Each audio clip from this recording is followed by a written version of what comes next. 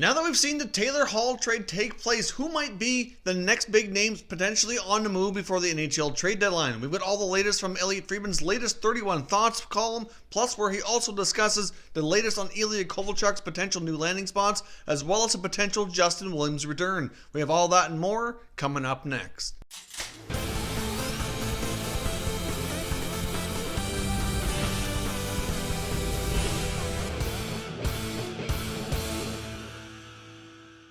So welcome back to another video here at Top Shelf Hockey. As I mentioned, we have a variety of news topics, most of which comes from Eliotte Friendman's latest 31 Thoughts blog. But before we dive into that, we have a few other tidbits of information I want to cover off quickly from the NHL Waiver Wire. We have 3 new players placed on NHL waivers here today, all in a little bit different situations. We have the Calgary Flames and Austin Czarnik on waivers. We have Stefan Noesen of the Pittsburgh Penguins and goaltender Eric Comrie of the Detroit Red Wings. Now, like I said, they're all kind of a little bit different situation here. I mean, in Czarnik's case, he's been out injured long term, needs to be able to go through waivers to come back and play, and they do have a lot of bodies there on their forward group as well. So be interesting to see how they make potential roster moves to get him some playing time.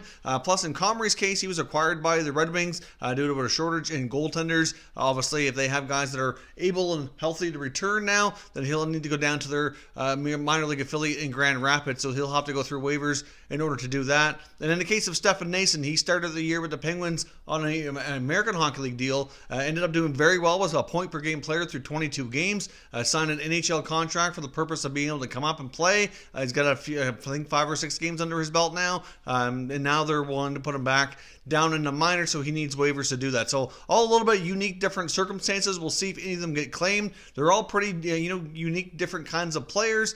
We haven't really seen a whole lot of claims on the waiver wire this year. There's been a few, so I guess we'll keep an eye on those guys, and we'll see as of noon Eastern time tomorrow if they end up reporting to their American Hockey League affiliates with their existing clubs, or if they're claimed and end up having a new home before the holidays here. So I guess we'll keep an eye on that and an update tomorrow.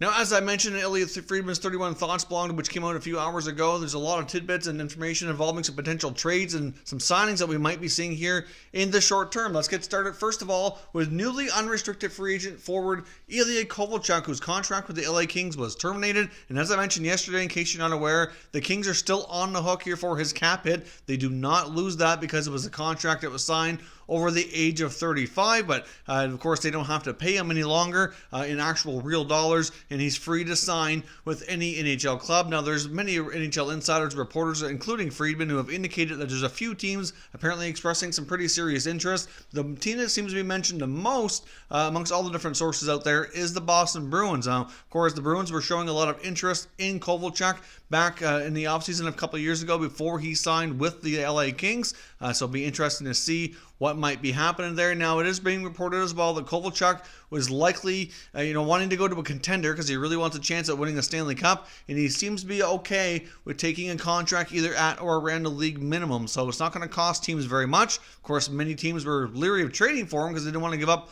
much in the way of assets to bring him in case things didn't work out, and very well could just be a league minimum contract, potentially even for just the rest of this year. If that's the case, there's not much risk involved, and there likely will be some suitors there, and we'll see what happens. But the Bruins are the main team right now that are being mentioned as a potential candidate for Kovalchuk, but there are, reportedly 2 or 3 other teams, but there's not a lot of talk about who they might be right now. Now, in other news regarding a potential return of technically an unrestricted free agent would be former Canes captain Justin Williams. Now, there's been some talk about a potential return. Friedman notes in his latest 31 Thoughts blog that Justin Williams has been skating on his own and working out pretty seriously for the past 3 to 4 weeks, trying to get himself back in shape, and he is eyeing a potential NHL return. Now, he also mentions in the blog here that Carolina is his preference to return to, and that the Canes seem very interested in having him come back. The only concern or potential issue would be the salary cap space, because it's not quite known exactly what Justin Williams would accept for a contract, but if they can work out something that fits with their relatively tight cap situation, then it should be okay for him to make a return. I think as of right now, if you prorate things, they could probably take on a contract that would be worth approximately $1.1 million as the season goes on. That's going to change, of course, a little bit, but it is also mentioned here in the column that they would like to get him signed in return by January if possible, to make sure he had ample time to kind of get himself into game shape, kind of get reacclimated with the players, and kind of be ready for the playoffs. Make sure he's got lots of time to be ready for that, not be too late of an addition and not have enough time to really get up to speed. So I guess we will see. But according to this blog, he also mentions that not only is Carolina his first interest, but he's not completely opposed to going elsewhere, and that there might be some other teams that kind of make it a little bit of a bidding war. If teams have a little bit more space, might throw a little extra money at him to see if they'll return to their team instead, and it could very well get interesting as we approach here the next 3 or 4 weeks or so before he's likely going to make a decision and potentially return. Now, Eliotte Friendman also breaks down a lot of the top names around the NHL who he feels very well could be the next bigger names to be traded either at or before the NHL trade deadline. Of course, we saw the Taylor Hall deal go down, and now that's kind of set the market for that price tag on that type of player. Who else might be on the move? There's been other guys we've talked about off and on throughout the season, but a couple of the names that's kind of the usual suspects, if you want to call them that, mentioned in Friedman's blog include Chris Kreider of the New York Rangers. Based on their past performance of trading unrestricted free agent veterans, it seems likely that they're going to go down that road again. We saw them do that with Zuccarello and Kevin Hayes, for example, in recent years, and very well could do the same with Kreider. There's been very little talk or mention about a contract extension, so it seems likely that they'll head down that direction. Of course, you got Pajot in Ottawa as well. He needs a new contract. He's having a fantastic year. Likely going to be setting career high in goals and really, setting himself up for an excellent offensive season. He's already been known as a good penalty killer, good defensive responsible, typically a number 3 center. Playing up a little higher in the lineup right now with the Senators just because of their situation and what their roster has for players, but it could certainly be, a pretty valuable depth piece on a contending team for sure. Of course, there's other guys like Tyler Toffoli in LA, and he also mentioned several others, including defenseman Marco Scandella and Zach Bogosian of the Buffalo Sabres. Of course, the Sabres have a lot of healthy bodies now on the blue line, and there's at least 1 or 2 veteran defensemen sitting out as a healthy scratch pretty well every game. So at some point, something's got to give here, and they'll have at least 1, potentially 2, traded out to bring in some help in other areas, likely in the forward group, for example, to really give them a better shot at being more of a playoff contender. I mean, Buffalo kind of got off to a really good start, and then they struggled for a while. Things have been better lately, so it's kind of not a given that they're going to be a playoff team, but right now things are looking pretty good. They could certainly end their drought of playoff hockey and see what they can do in the playoffs, but obviously they likely will need a little bit of help.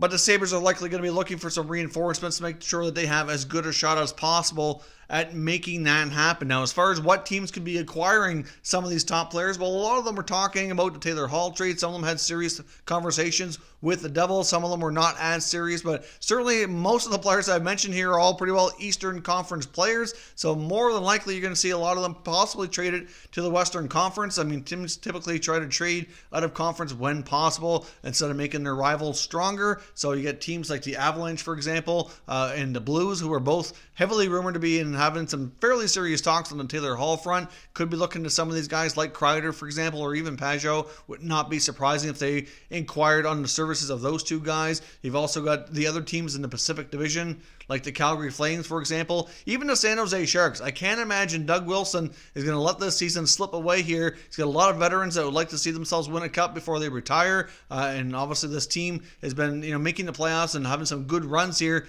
And after all the things that they've done, especially signing Erik Karlsson and all the other guys that they have on that team, I just can't imagine he's not going to try to make some trades to try to get things back on track. We've already seen a coaching change in San Jose, which was very unusual given Doug Wilson's history with not firing a coach in season.